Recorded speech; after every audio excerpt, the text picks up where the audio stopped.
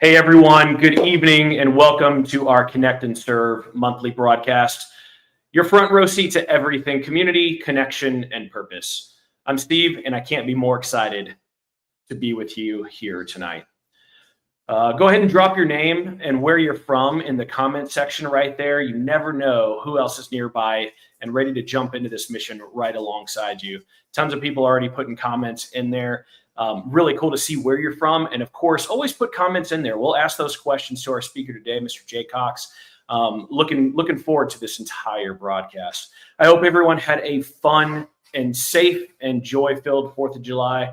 Fireworks, friends, family, and maybe even a little honey in your lemonade. We've got a great show tonight, some awesome updates, powerful stories, and an incredible guest joining us in just a bit. Plus, we're bringing the energy with those giveaways. 2 of them, in fact, right? We got 2 of our $100 gift cards given away at our 45-minute mark, and for all the beekeeping gear that you may need. So again, you show up, you get rewarded. All you have to do is type freedom in the comments when we say go. It'll be around the 45-minute mark, so hang in tight for that. So let's kick off by celebrating an incredible community event that we hosted here in Houston, Texas, our Red, White, and Honey celebration on July 5th in Houston, Texas. We had hot dogs, hamburgers, honey bottling, games, laughter, and a ton of fellowship with hundreds of folks from the community all around this Houston area. A massive thank you to U.S. Vets, Goodwill Houston, the Houston Children's Museum, American Legion Post 654, the Purple Heart Foundation, and all the amazing people who showed up and made it unforgettable. We had a ton of people showing up. Philip was on the grill. Neela was able to coordinate everything and get everybody in the same location. Planning and execution was perfection. It was awesome. So thank you, Neela, for all of that incredible hard work over weeks of planning. And on a little softer tone, we want to take a moment for something very close to our heart of this organization. This past week, we lost Amy Leibowitz, beloved wife and our Alabama state leader, Ken Leibowitz's wife. Loving mother to Lauren, Amy was family to us, and when tragedy strikes, we do show up. There is a GoFundMe page that's been created and shared in our private Facebook page. And we'll also drop a link in the comments tonight. If you feel called to help Ken and Lauren as they navigate this loss, we thank you from the bottom of our hearts. It's always terrible when we lose somebody in our family. If you'd like to reach out to Ken for condolences and things like that, it just so happens today is the memorial service, so he will be busy. But I hope he knows that everybody here at Hives for Heroes is there for him and everybody that's there with their families. And I'd like to take a brief moment of silence just to honor Amy. And also, if you've heard in the news, all of those affected by the devastating floods in the Guadalupe River here in Texas. It's about 2.5 to 3 hours from us. I was just talking to Jonathan, and he was saying that there are now over 100 lives lost in that tragedy. And some Hives for Heroes family has been affected too, right? People that have kiddos and things of that nature that had friends there. My daughter even had a friend that was stranded there. So I just want to take a moment of silence for those losses.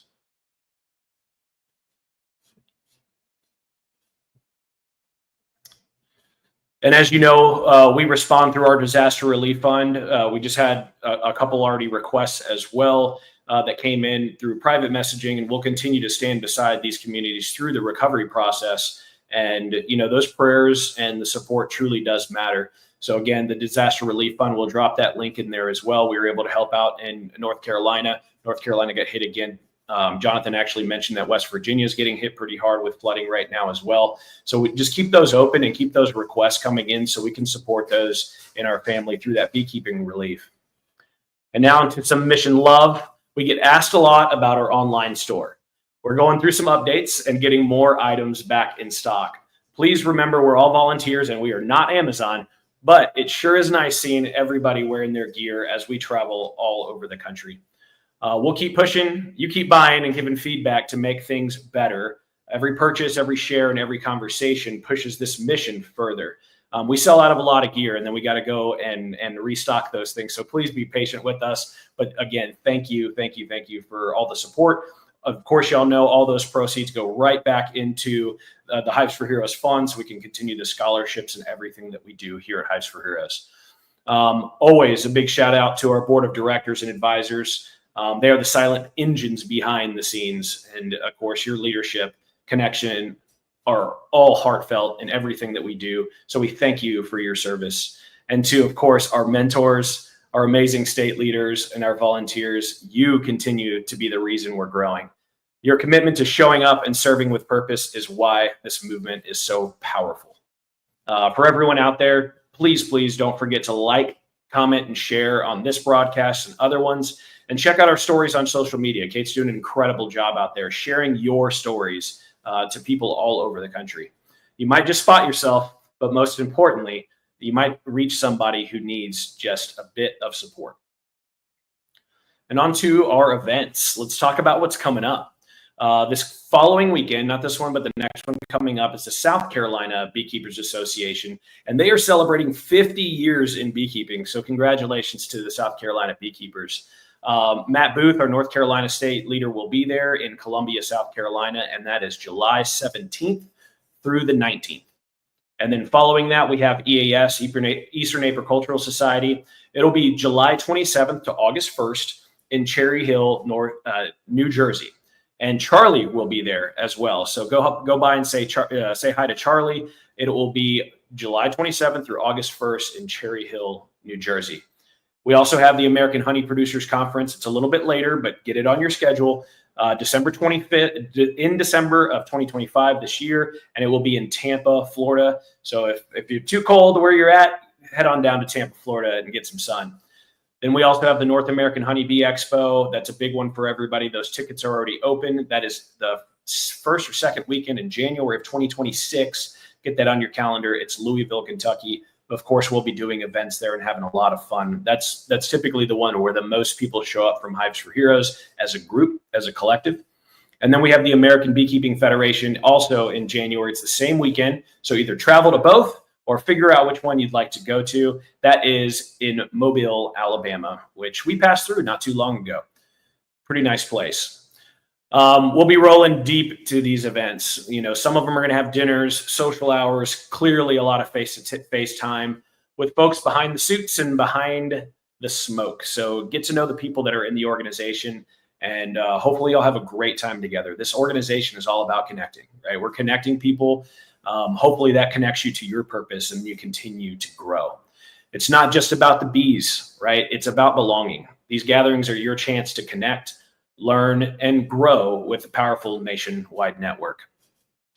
Awesome. And now I'm so excited to introduce you to our guest for tonight's broadcast, Mr. Johnathan Cox. Jonathan is a West Virginia Master Beekeeper, regenerative farm advocate, and one of our proud Hives for Heroes mentors. He's also the founder of Appalachian Valley Organics and a key leader in the Appalachian Beekeeping Collective, managing hundreds of colonies across 23 apiaries in the area.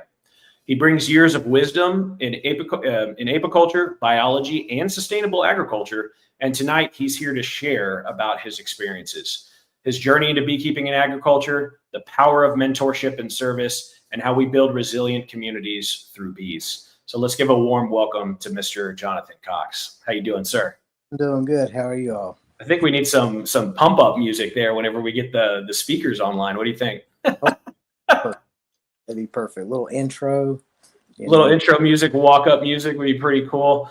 We were just talking, and I'll go through the questions here shortly, but we were just talking about these things. What's going on in West Virginia? Because you were sharing that there's a lot of flooding going on out there as well. I'm starting to see pictures roll in. Southern West Virginia, especially McDowell, Mercer County.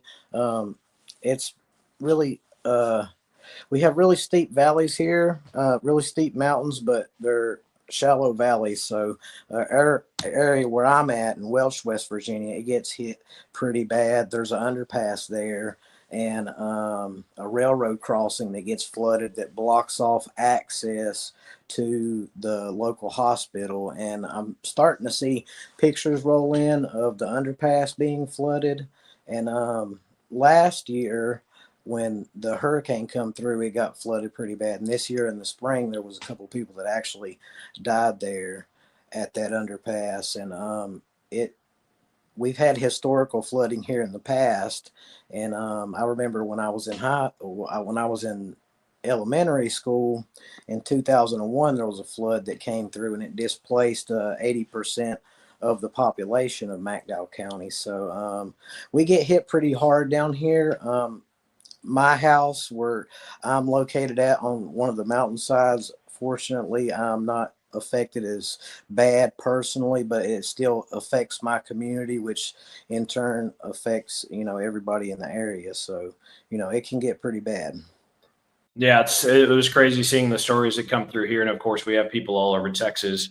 We have about 1,800 members in Texas alone in Hives for Heroes. So some of those that are being affected, but of course, like you just said, and these are communities. I mean, these are our friends and family and people that are out there struggling and of no fault of their own, right? They're just there and weather hits. So, one of those things is always being prepared, having a plan and moving forward, but still having the community come around you and support you in time of need, with Amy and with others that are going on in Central Texas. But yeah, we do have a disaster relief fund that we can support with. So if you know anybody that needs some support, please have them reach out. It is on it's what we do, right? We saw a need and Matt brought that up when North Carolina had such devastating issues there. And we were like, well, let's do something about it. So we did. So love to get into your beekeeping experience. Thank you for sharing that as well. Real easy questions, right? Like, what inspired you to start beekeeping and how did your journey start? Well, I have a story. It's something, I've always been into plants and animals. I guess I should start at the very beginning. When I was 13, I was diagnosed with type 1 diabetes. So I've always had some underlying health issues that continually had gotten worse over time. So I was always just doing whatever I could to keep my mind occupied. So I'd always read a lot of books about plants and animals. And in 2014, I started taking some online permaculture and regenerative farming classes, and I started Appalachian Valley Organics, the first thing that I ever created. It was one of 3 farms that formed McDowell County Farms, along with 2 other veteran farmers. They were both veteran farmers, and they taught me what I learned about farming. So we would collectively farm about 14 acres of organic produce, and we would sell it back to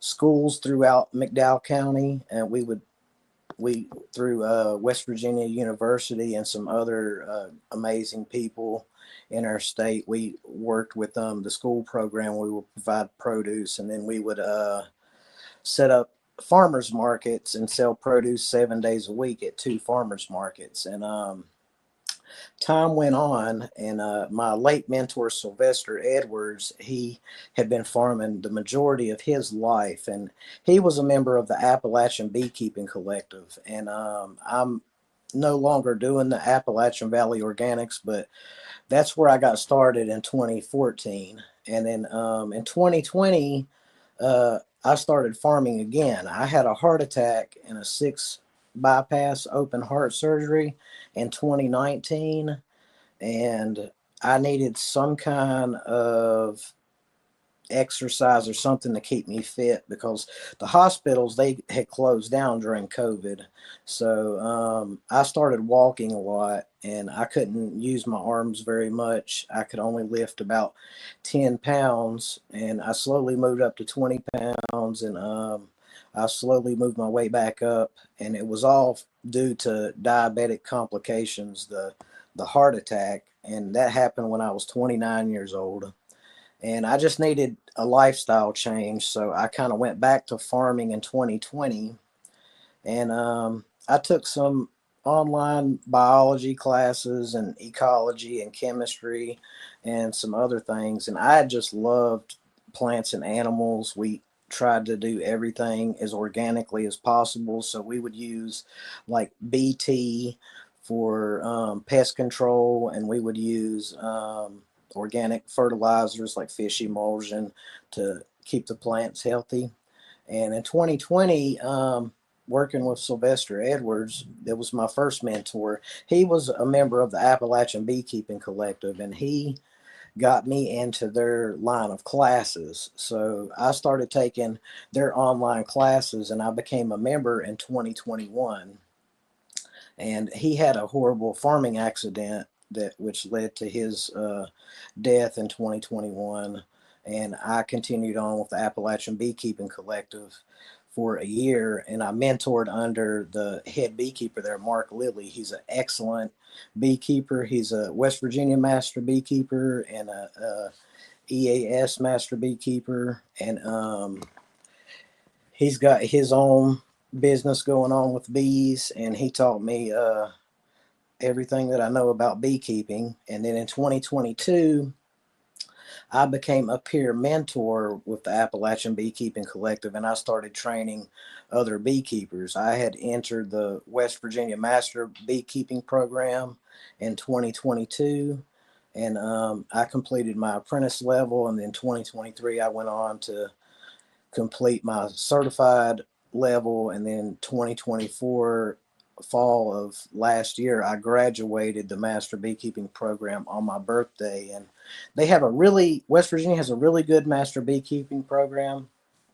You have to put in community credits, and you have to enter honey shows and score a certain amount of points, and you get to work with people in the community.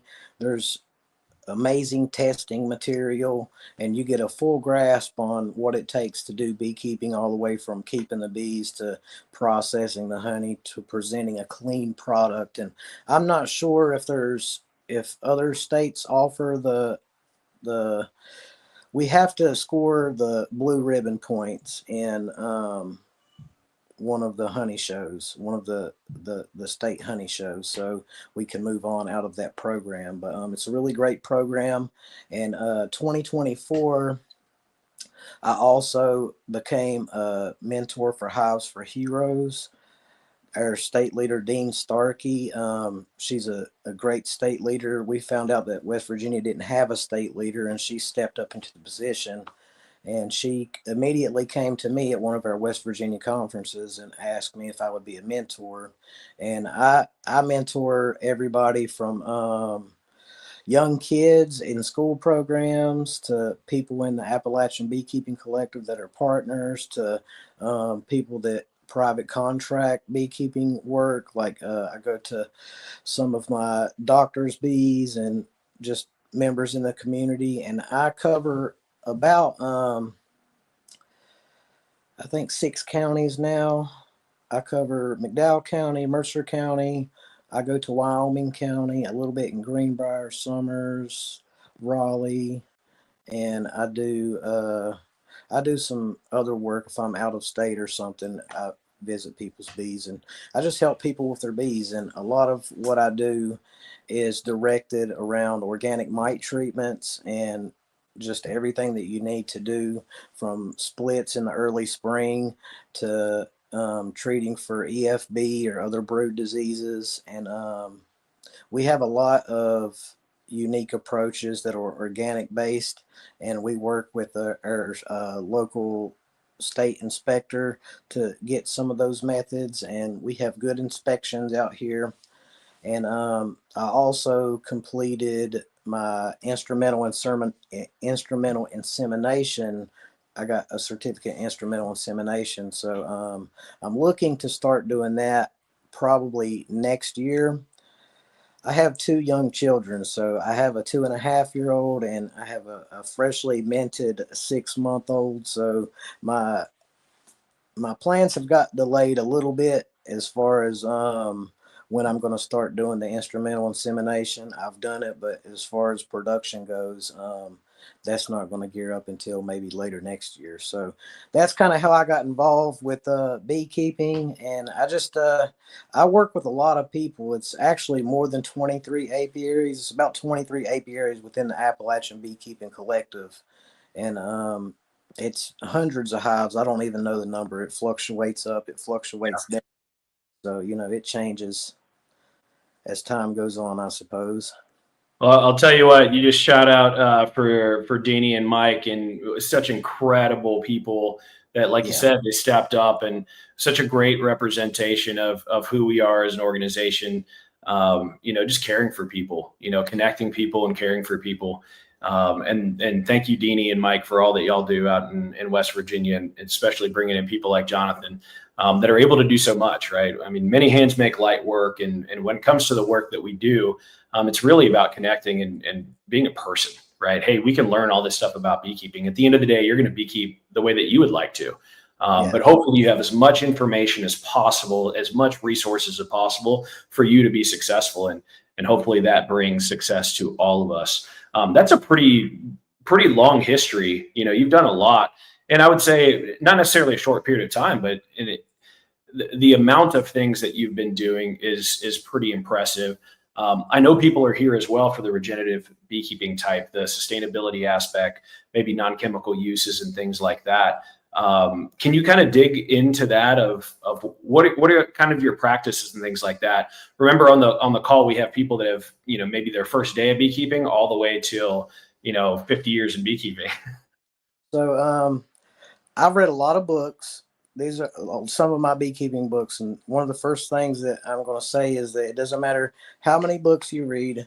Bees don't read books. So you can read and get a good grasp of what's going on, but until you get some actual hands-on experience and you get to work with different people and you get to try different methods, you're not really going to know what's going to work for your area. And beekeeping is very regional. So what I do might not work for you depending on your honey flow or your time. And a lot of things are temperature related and time related. And one of the biggest things that we focus on is varroa mites. And I tell most beekeepers that if you can keep your varroa mites under control, then you're not going to have to worry about a lot of other things like wax moths. They come into weak hives. Hive beetles, they come into weaker hives. You'll get EFB in weaker hives. But if you have bees with healthy, strong immune systems, most of the time they'll take care of themselves. And as long as you get the honey and keep the honey out of their brood chamber, you can keep your swarming managed back. And the way that we deal with mites is we use organic acids like oxalic acid and formic acid. And from 2017 to 2020, we worked with Robin Underwood from Penn State in this project where I think it was called the Comb Project. I'll have to look that up, but she has a video online where she talks about this study that we did. That's Robin Underwood from Penn State. And what we did, we took 12 colonies in each apiary. There was 300 colonies that we used for the testing samples. So we would use 4 of the colonies for no treatments at all. They would use things like smaller cell comb, constant brood breaks, drone trapping, and different types of methods to deal with the mites without using anything. We would use organic acids, which is what we use, the oxalic, the formic acid, and maybe hop guard. It uses beta hops, I think, and they use the synthetic treatments like amitraz. And what we found out over the course of the 3 years, when the study was over the course of 3 years, none of the hives that were in the no treatment method survived. Now, that's not to say that some genetics might be coming down the line that can deter that, but it's not there at a consumable level yet. There are people working on some unique things, and I am working with some good genetics too and doing some private studies of my own. But as far as between the synthetic, like the amitraz, and the organic treatments, so what we found was that the immune response in the organic acid treatments, the immune response wasn't as defensive in the organic acids as it was in the amitraz.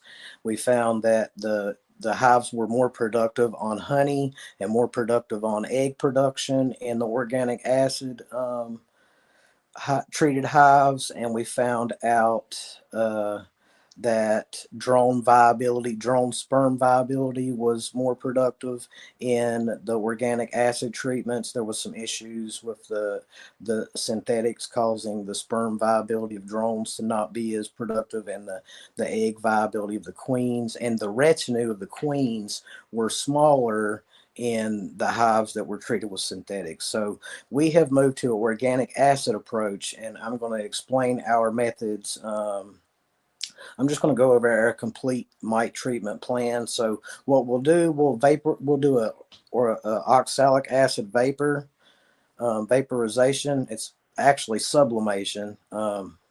Vaporization's not the correct term, but it's sublimation. We use the oxalic acid, and if anybody's using that, you do have to get the proper respirator mask because it will destroy your lungs. You want to get the ones that are approved for organic acids and vapors. You want some kind of eye protection preferably, and some nitrile gloves, because it does get pretty rough. But we only do that. We'll do one like around Thanksgiving, and we'll do another one around Christmas. That's 2. And it's got like a 95% of efficacy when there's no brood in the hives, because the only acid that will penetrate mites under the cap is the formic acid. So we'll do our 2 vapors when the hives are dormant, and that gets a really low mite count.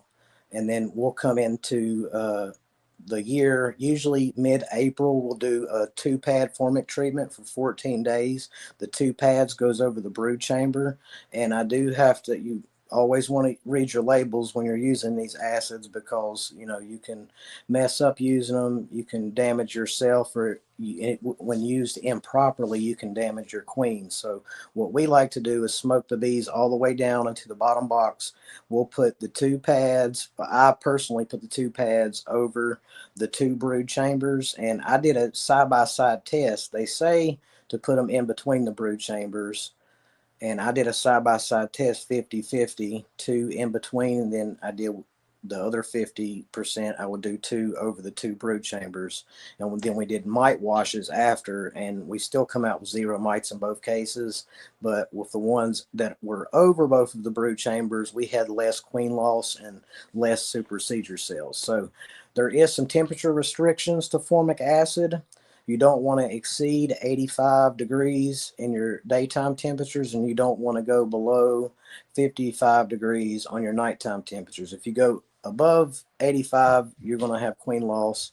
If you go below 55, your efficacy drops off to where it's not even worth doing. So you do see a little bit of delay in egg laying, but when you smoke the bees all the way down into the bottom box, what will usually happen, the queen will go down into the bottom box and she'll continue laying without any kind of delay.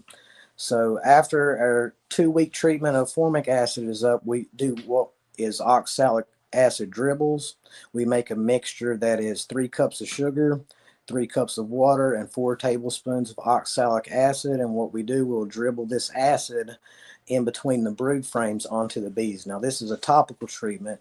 It's only going to kill the phoretic mites. It has about a 30% efficacy. And we do this every 2 to 3 weeks when we're doing inspections. We'll dribble our bees, and we haven't found any kind of brood loss. We haven't found any kind of queen loss.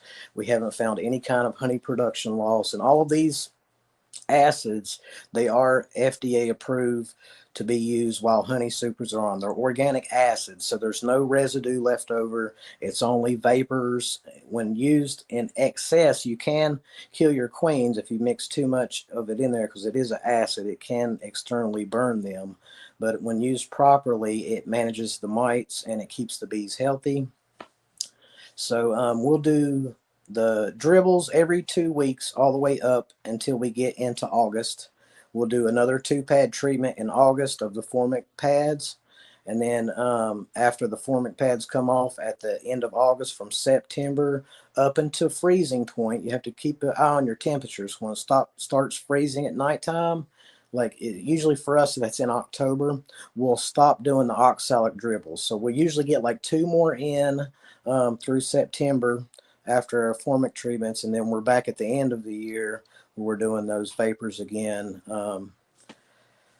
at Thanksgiving and Christmas. So that's our organic mite treatment plan. That was a ton of information. Thank you so much for sharing that. I know people will go back and review that.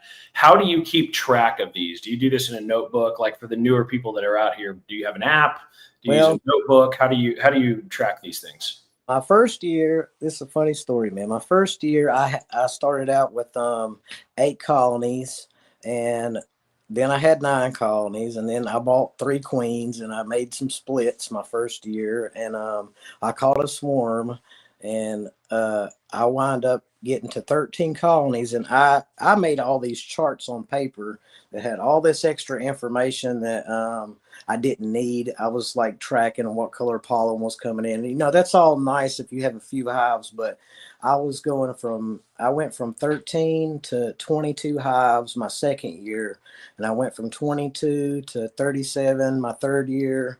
And now I fluctuate somewhere between 50 and 60 this year. Plus I manage other people's bees. I help them do that. But what I've found, I like to take the paint markers like you mark the queens with. And what I'll do, I'll put a date on the lid. I'll go into the hive and I check to make sure that it's queen right. And I can do a full hive inspection with mite treatments in 5 minutes. And I can explain how to do that if you want to talk about that in a minute. If you understand how the hive works, I can explain how to do a 5-minute inspection in no time, and you can get through an apiary really quick. But I like to write the notes on the lid. So all I want to know is when I go in there, I want to know when I added a box. That way I can separate my varieties of honey. I want to know if I have a queen or not, or if I have queen cells, or if I did a split. I've got all this abbreviated with my own little abbreviation method, and I always put when I did mite treatments. So for the oxalic acid dribbles, I'll put OAD on my lid, and for the Formic pad treatments, I'll put FP. For oxalic vapor, I put OV. If it's queen right, I put QR. If it's got a queen cell, I put QC. If it's a super seizure or an emergency cell, I leave it alone. If it's a swarm cell, I locate the queen. No, that's the only exception to the 5-minute inspection. If you have queen cells that are swarm cells, the only way to stop that event is to locate your queen if she hasn't already left and physically move her to another box. That way you can keep your bees intact. So that's another secret. So yeah, that's how I take notes. I do it right on the lid with the color of the year, and the next year I can write right over top of it with the next color. Will you raise good bees? That's how I do that little acronym, you know, green, yellow, you know, white, red, blue, all that. So yeah, no, that's Sarah even said, man, as a new beekeeper, that was a lot of info, but very informative. I will definitely go back to review. And that's one of the things that we do after it's live. Of course, it shows back up on the page, so you can go back and watch it whenever you need to, take clips and things like that. We know, you know, one of our other beekeepers, of course, Stan, he uses that lid method as well. And I'm seeing a lot of people going towards that, right? It's right there. It's right on the hive. You're not messing with a notepad, but any way that you do it is great. As long as you know what's going on, so you can remember what you did in the past and start, you know, taking care of those bees. I mean, that's what the entire thing is about, but you got to know where they're coming from in order to know where they're going. And you also mentioned you have a little 5-minute hive inspection. You want to go through that? Because I'm sure people review that as well. Well, the secret to a 5-minute hive inspection is to use queen excluders. So there are proper ways to use queen excluders. Some beekeepers don't like them. If I don't have them, I don't use them, because they will eventually separate themselves in honey, but it's a lot easier looking for what I need to find in 2 boxes than to look through 5 boxes, a complete structure of bees. So what I like to do for my brood chamber, I like to run 1 deep and 1 medium for the upper brood chamber, because bees, they tend to put the honey next to their brood when they run out of room. I can put my queen excluder on and put fresh boxes on top, mediums. And whenever they start to backfill their brood chamber with honey, they're always going to put it on the outer frame first. So what you're usually going to find is a full solid frame of honey. Then you're going to find a frame of honey, and then you're going to find that beautiful bee bread or pollen frame right next to your brood.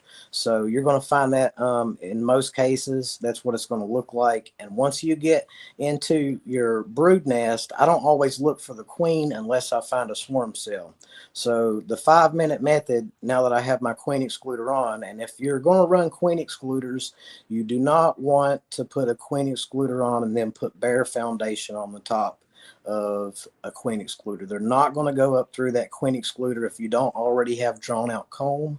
So you want to get your comb drawn out first, and a good way to get new drawn out comb is to roll beeswax onto your frames and feed your bees 1-to-1 syrup, or put your new boxes on when you're in the middle of a honey flow. They'll use that nectar coming in to make your cell comb. So bees, they will either make it from fresh nectar or they'll make it from sucrose table sugar, like 1-to-1 sugar. So what actually happens is bees are converting sucrose into glucose and fructose with a couple enzymes in their stomach. They're using invertase, dietase, and glucose oxidase to produce honey. So that's a conversion. Invertase, it inverts sucrose into glucose and fructose, and the byproduct of that is wax scale. So that's how they draw out new wax. Don't ever use a queen excluder unless you already have wax, but if you can, and you can establish your brood chamber and your honey supers above, then use a queen excluder, and then you can take, if you've got 5 boxes on top of your queen excluder, you can take them straight off. Your queen, your eggs, nothing you need to see is in there. So I go in, lid off, I'll put the lid on the ground, I'll set the first box on, the second box on, I'll remove my queen excluder, I'll hit them with a little puff of smoke, I'll take one of my outer edge frames out really quick, I'll go over like 2 or 3 frames right into the middle of the brood nest. I'll pull a frame out. If I find standing eggs, or if I find eggs, and in general, you're usually going to find your larva first because it's sticking out, it's bright white. So one of my tricks is to look for the pearly white new larva, and then I move out to the outer edge of the frame. If I see eggs, I put the hive back together. I'll crack up my second brood chamber on the end. I call this the rock the box method to make sure that I don't have any swarm cells.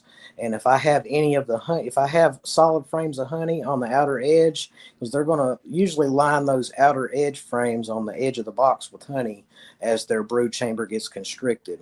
Now what happens is whenever your brood chamber gets backfilled with honey and the queen doesn't have anywhere to lay eggs, the retinue stop feeding the queen. So they start getting her prepared to swarm.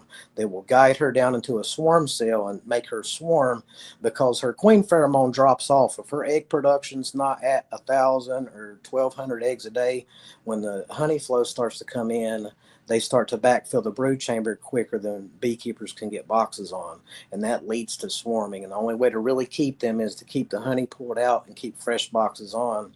So usually whenever they fill a box up 3/4 of honey above the excluder, I'll push it up to the top of the hive and put a fresh box under it. So pushing it up, that allows that passive evaporation of moisture, and they cap it faster. So you're constantly giving them room in the brood chamber. And by running that medium like I do, I can pull those outer edge frames up. Or if I get to a frame of brood that is already capped in the pupal stage, dark pupal stage brood, I'll pull that up above the excluder because it's going to be hatched out in a week or so, and they can backfill that with honey. I can get some fresh comb in there for them to keep laying eggs. So I can build up these massive superstructures of bees in a medium and a deep that have more bees than what they normally would just by moving frames up. So back to the 5-minute inspection. I know I took a bunch of side quests there, but I just want to make sure that it's making sense. I know sometimes I can talk a little bit fast and jump around, but I'm hoping it stays within context. But after I make sure that I have eggs, I'll tip my box up, make sure that I don't have swarm cells. And once I do that, I make sure that there's outer edge room. I pull any honey up above the excluder, and then I'll put it down. I have a revolving syringe that holds the 60 milliliters of oxalic dribble. I'll dribble it in between the frames, and it dribbles as fast as I can squirt it. I'll put my queen excluder back on, I put my boxes back on, and I put my lid back on. And this is about 5 minutes. And I do have a YouTube channel where I do all of these things. They're broken down into smaller segments. It's just educational. It's not monetized. I don't do it for any other reason but to get education out there. I don't have many subscribers. It's only beekeeping related stuff mostly. So I just go on there and put these videos mostly for my kids, because I want my kids to have something if they decide to keep doing this, because I'm not going to be around forever. Yeah. So I want them to have something of their dad. So. No, I think it's great that you do that. Can you share the YouTube channel? What's the YouTube channel? It's called Everyday Beekeeping. Everyday Beekeeping. So we can put that on. I know Kate's on here as well. We can put that in the notes as it goes into the remainder of the YouTube. I guess whatever module it goes into, it's probably in the live module, but it stays there forever, which is great. I see Stan loves that pearly white larva right there. And then Kate says, I can learn more listening to Jay for 5 minutes than I can reading 10 books. So she loves that. And I know if some of you new beekeepers are on here and it did go fast, just go back and review it. You're going to learn a lot of these terms over a period of time. Don't put too much pressure on yourself. This is years and years and years of experience that he's being able to share with us. So again, don't put too much pressure on yourself. And if you need to, just reach out and ask. I'm sure Jay would be happy to talk to you as well. And if you need to reach out to any one of us, please do that as well. So that was a tremendous amount of information. And early on, you were talking about you couldn't have been doing this or been at the level and you're out that you are now without mentorship. So can you kind of share your mentorship, like how you were mentored and then how you mentor now? Because I know you mentor for us as well. Well, my mentor, Mark Lilly, he come out and helped me with my bees for a year. And he put me onto a lot of books, and he gave me the opportunity to work with a lot of beekeepers. So I got a lot of knowledge from working with other beekeepers. I seen a lot of beekeepers making mistakes, so that shortcut me so I wouldn't make mistakes. I seen a lot of beekeepers using some really great methods. And I've worked with different people from different universities to get good mite treatment plans. We have a organic EFB, essential oils treatment plan. In case beekeepers get EFB, we worked with the state apiarist last year to come up with a plan, because you would have to otherwise use antibiotics, which the antibiotics do work, but you can't harvest the honey while they're under antibiotic treatment, and it just completely disrupts their gut biome whenever you're giving and taking antibiotics. So we developed a essential oils treatment that works just as good and rendered healthy bees without the negative side effects. And I've just been blessed to work with a lot of people. I've been blessed to work with a lot of people that know a lot more, and I've been blessed to be able to pass on a lot of that to people that know less. And one way to really learn is to teach other people, because they look to you for answers, and you have to give them good answers to questions. And I'm not afraid to admit when I don't know something. I've been able to, the reason that I know the amount that I do know is because I've built that on a mountain of failure. I've built that on a mountain of losing bees. I've built that on a mountain of success as well. Last year I produced 2.5 tons of honey just from my hives alone. It was it come in at 5,500 pounds, a little bit over 5,500 pounds. And that was only from 40 production colonies, 40 honey production colonies. The rest of them were for other stuff. I do a lot of experimenting with my bees too. So I try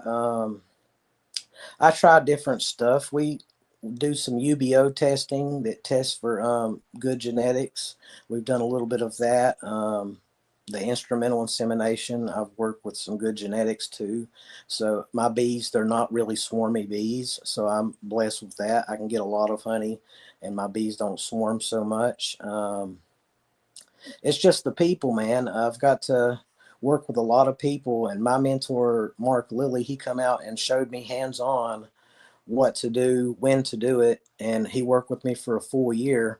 And anything that I can say to new beekeepers is get you a mentor that will show you, take you through a full year. Go in there every time that they go and learn everything that you can. Ask questions. There are no stupid questions in beekeeping. We're all trying to get better. I'm still asking questions. It might seem like I know a lot, but the more that I learn, the more that I learn that I don't know anything. So that's one thing bees will show you is humility. You think you have it all down, but then you wind up running into a disease you've never experienced before. You wind up having a problem you've never faced before. Like, what do you do when you have 40 colonies, but you don't have any comb to put on them and they're all about to swarm? So, you run into challenges. Or what do you do when you have to feed 40 colonies or 100 colonies? So, my brother, he was running into an interesting problem. He has 6 apiaries. He's running about 150 colonies. My younger brother Dakota and his wife Jazz, and he's running out of cell comb constantly. So he has to pull the honey out as fast as they fill up a box, and he's rolling wax like every night. He works a full-time day job. He's a exterminator by day and beekeeper by night. So he works full-time and takes care of about 150 colonies. So he just pulled off a 60 plus sourwood pull, 60 plus box sourwood pull. So between me and him, we just pulled off 88 boxes of sourwood over the weekend. Everybody loves that sourwood. Oh man, that's some good stuff. And I'll take this quote away from you as well. It's just the people, man. It's Yeah. the people that are involved, and that should go up on a wall somewhere, because it really truly is. And everybody here is willing to give. It's about the effort that you're going to put in. Like you just said, he has a full-time job and then come home and does all this. Nobody's going to do it for you. If you're expecting to be here and somebody to do it for you, it's not going to happen. But we will always be there to support and keep pushing that forward, giving advice. It might not be the advice that you want, but go to somebody else. That's okay. There's a ton of opportunities for whether it's advice or experience. Get your hands in the bees. As people have mentioned, you can read 100 books, but you open that hive, and all of a sudden you're like, oh crap, I wasn't expecting this. So get out there in the hives and get that experience out there with somebody that cares about you, but also knows a little bit about beekeeping. So we're right here at our 45-minute mark, a little bit past, and we're going to be giving 2 gift cards away. We do the $100 gift card, so we'll give 2 of those out. If you can start typing in freedom in the channel, so type in freedom. I don't care if it's bold with an exclamation or anything like that, but type in freedom, and we'll start getting those in and seeing who is going to be the awesome winner for today of our $100 gift cards. It looks like Jonathan actually has some internet connection issues, so hopefully he packs back on. I see a ton of freedoms going on in there. Wow, what a wealth of knowledge that he has been able to share with us already in such a short period of time. I mean, we've basically been talking for a little bit over a half an hour, and I know y'all's minds are blown. Actually, I think I saw Troy put that in there as well. But right now we're doing our Freedom gift card giveaways, which is going to be awesome. Jonathan was able to make it back. Thank you so much for rejoining us. And we're going to go through a couple things here. Keep putting those freedoms in there. Neela's going to take care of that, and then you'll reach out to support at hivesforheroes.org if you're the winners, and Sherelle will take care of those for you. So I like to do this new thing. We're calling it like a speed round. And it's like 1 or 2 kind of words, thought process, or whatever it looks like for you, right? It's just kind of crazy questions, but hopefully you'll be able to give some quick answers and get some more insight on Jonathan and how he's doing out there. But I think the audience really like that. So, real quick, what inspired you to, I'm sorry, I was on the wrong page here. All right. What is your favorite bee related memory? My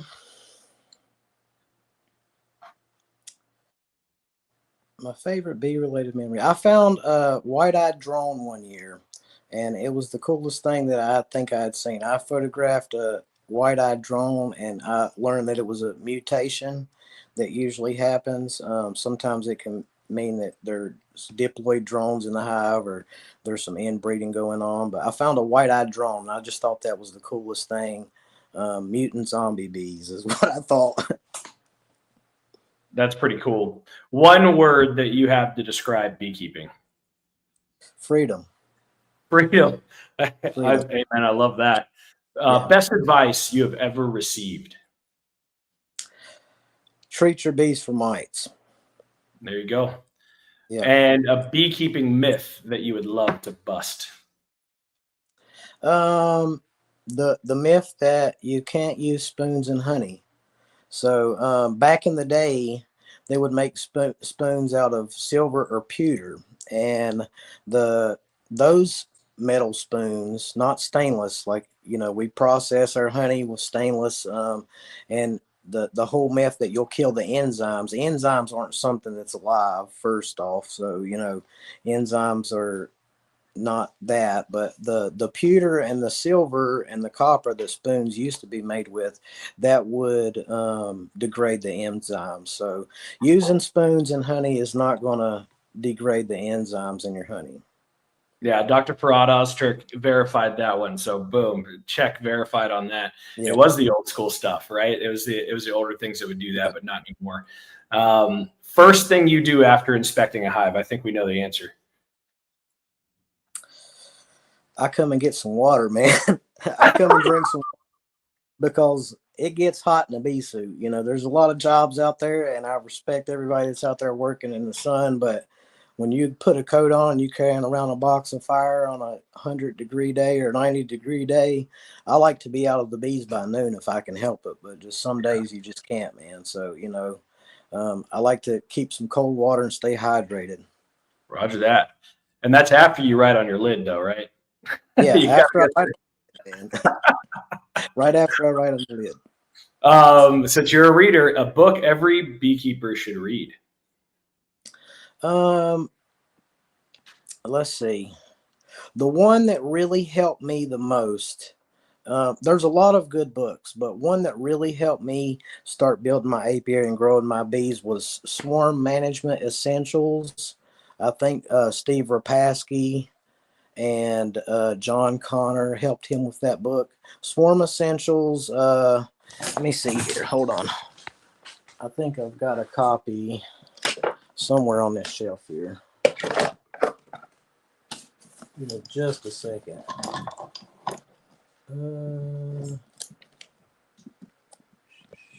This one here. This book right here.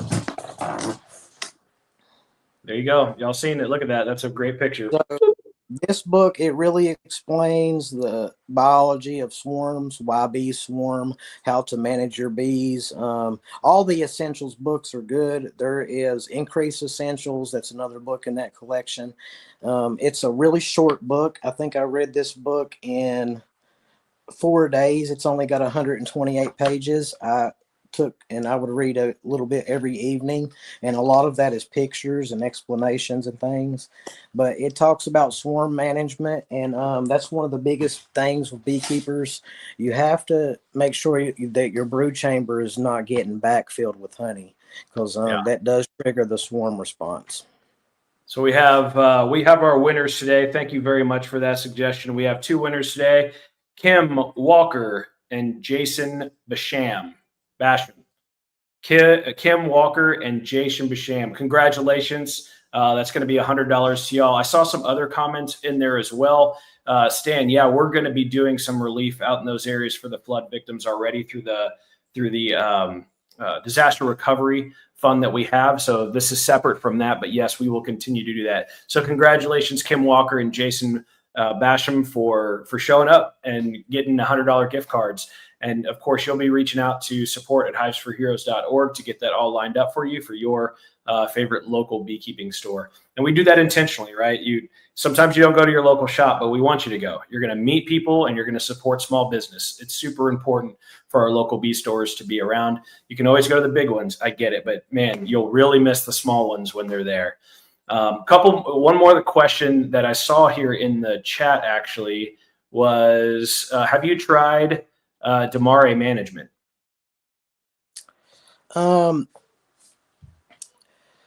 I did that a couple times in my second year, and you do get a lot of honey with that method, but it's really labor intensive because you're lifting honey off, you're inspecting 2 areas for queens, but it does produce a lot of honey. And I would encourage, I'm not going to do it on a commercial scale just because it's an extremely large amount of work, but I did it with 3 hives. You do get a super maximum amount of honey, but the only downside to that is you're in there constantly because both brood chambers where you have the queen above and the queen below, they're constantly on the verge of swarming from backfilling from this superstructure that you've created with trying to make one honey crop with 2 hives. So it is, if you don't have a lot of hives and you're trying to maximize your honey production, I would encourage people to try it because it is a really good method to increase your honey yield. Awesome. 2 more questions. Do you have a favorite honey recipe? I like to make mead. I make mead with my honey. So I make different types of mead. I put honey in my coffee. I like to put black locust honey in my coffee. I like to use tulip poplar honey for breads and cereals and baked goods. I like to use basswood honey for flour-based teas because it's got a nice minty aftertaste. And I like to use sourwood honey for nice leafy teas because it has a nice flowery aftertaste. So I love we it. get nice varieties of honey here in West Virginia. And I guess I should talk about that a little bit, the Appalachian Beekeeping Collective. So what that is, it's a nonprofit organization that has over 100 beekeepers as members. So we're across 13 counties in West Virginia and Virginia, and they provide boxes and mite treatments and mentors like myself to come out and work with the beekeepers, and then they purchase the honey back at $6 a pound and sell it under one label. So we're able to capture a broader spectrum of honey in our organization. And we do have a website that's abchoney.org. And we take a lot of our honeys and we make creamed honeys. So as far as recipes go, we add cacao to some of them. We add lemon, ginger, and turmeric to some of them. And we add some locally sourced salt, West Virginia salt to some of them, and we add cinnamon to some of them. So I would say probably the creamed honeys would be some of my favorite things. Awesome. And last question, one thing that people need to know about bees. I know you talked about the mites. Anything else that people need to know about the bees, especially the new ones coming in? If you're new, get yourself a mentor. I know that beekeeping looks great from the outside, and it is a very enjoyable, very relaxing hobby, but it can be very expensive mistakes. So get you a mentor before you decide to get bees. Go work with a beekeeper and their bees. They will appreciate your help, and you can appreciate the education and the fellowship. If it wasn't for the Appalachian Beekeeping Collective and my mentor, I probably wouldn't be doing this. I've been reading about bees for years, but without that help and that education and just that fellowship and the organization that I'm with, I wouldn't be doing it the same. So get you some education, hands-on experience with a mentor. That is unbelievable advice. Thank you so much for sharing your time with us. Clearly, you just a ton of wisdom, ton of knowledge that just came out. I highly encourage people to go back and watch this episode as Johnathan shares so much.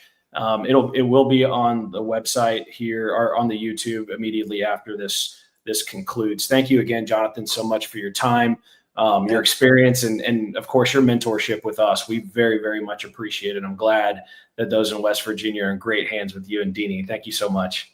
Absolutely, man. And if anybody has any questions or I do a lot of mentoring online. So my Facebook is J Cox. You can message me or follow me on there. I post a lot of beekeeping content there. I post it all. I post the mistakes. I post the success. That way you can see what works for you and what don't. I'm not afraid to admit when I'm wrong. If you see something that I'm doing that could improve, let me know. You can reach out anytime, and I've got all of this stuff I've either got videos or slides for presentations. All this stuff is available. I've got all this information absolutely free. That's awesome. Thank you so much, brother. Appreciate you. Yep. So I'm going to drop in, man, what a night. I mean, that's crazy. Thank you all for spending this hour with us. It definitely means the world to us. And Johnathan was just unbelievable in the spread and depth of knowledge in which he shared. I'm going to drop in those 2 links. We have the fund for Amy and Ken, for Ken Leibowitz out there. It is a GoFundMe. This is not a pressure. This is just if it comes on your heart and you feel like doing that, there's a link in there. And we also have the Give Butter link. I think I should have put it in 2 different links. We'll put it back in there as well. The Give Butter link is for the disaster recovery, and then we have the GoFundMe. So if you can go in there and crop those out, that would be helpful. Man, please keep in mind that our community needs support, right? Check out that Give Butter, check out that GoFundMe site, and to support those in need. If you have any other needs, please let us know. That disaster relief fund clearly going to those in Texas right now. It's already gone out to California and North Carolina and some others. So, please give freely if you can. And then, of course, with Ken and Amy and the situation that they had, I mean, that sudden death really is devastating to a family. And hopefully you can give if you feel the need to. Every time you show up, whether it's in the yard or on a Zoom call or right here, you truly are making a difference. And just like the bees, small, consistent actions create something completely beautiful and meaningful. Next month, we'll be joined by Kevin Engling with the Beekeepers Corner. It's going to be another great one, so don't miss it. Please share it with your friends. Bring them online. See what kind of things that they can learn as well. And don't forget, we have tons of connection things. Yesterday, we did just a whiteboard session of what it looks like, how many events we have. We have over 270 events a year. Those are including, of course, our weekly Thursday night meetings at 6 to 8 Central. Check out the events page that on the website. Heroes hang out here in Houston's on Tuesdays and Fridays. And please follow us at Hives for Heroes and all the social media channels. There's always something going on. So until next time, keep serving, keep showing up, and keep spreading the good word. We are the Hive, and together we are unstoppable. Take care, everyone, and we'll see you next time.